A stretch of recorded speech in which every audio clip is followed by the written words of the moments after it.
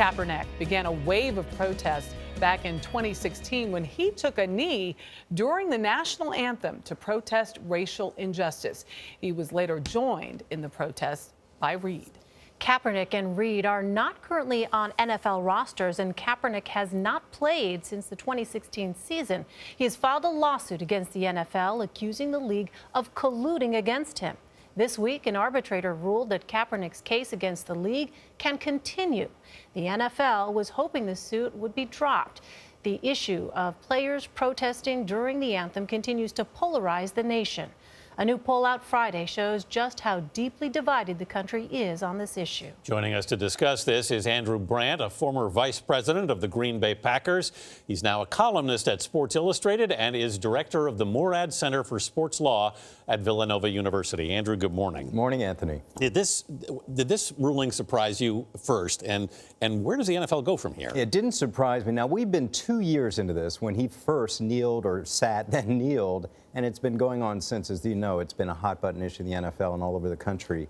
He won a case that says this goes forward. Yeah. So the NFL said they've been through depositions, they've been through a lot of discovery. The NFL said they don't really have anything. They went to an arbitrator. He said, yeah, we do have something. So the good news for Kaepernick is we now have it going forward. We're going to have more depositions, more discovery, see what the NFL did or didn't do.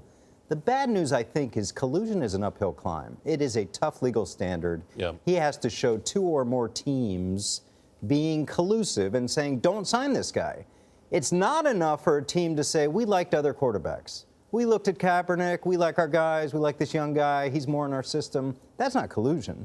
So the legal standard is a tough one. Do I think this is punitive? I do.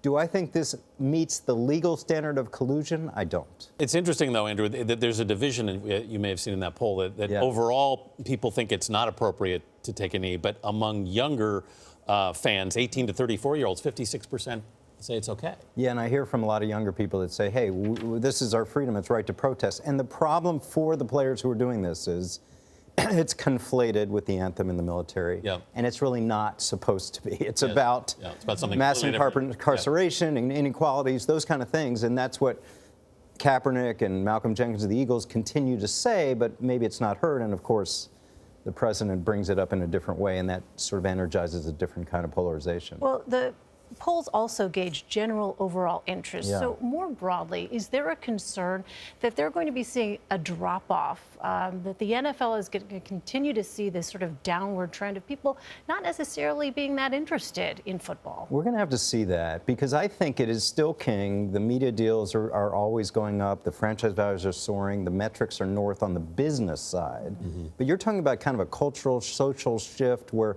football's become a little heavy. It is still king. I think you're turning off some people. The real challenge for the NFL and all sports, to me, is how to maintain and attract younger viewers, because all these sports are skewing older. Yes. How do they get them? There are more options out there.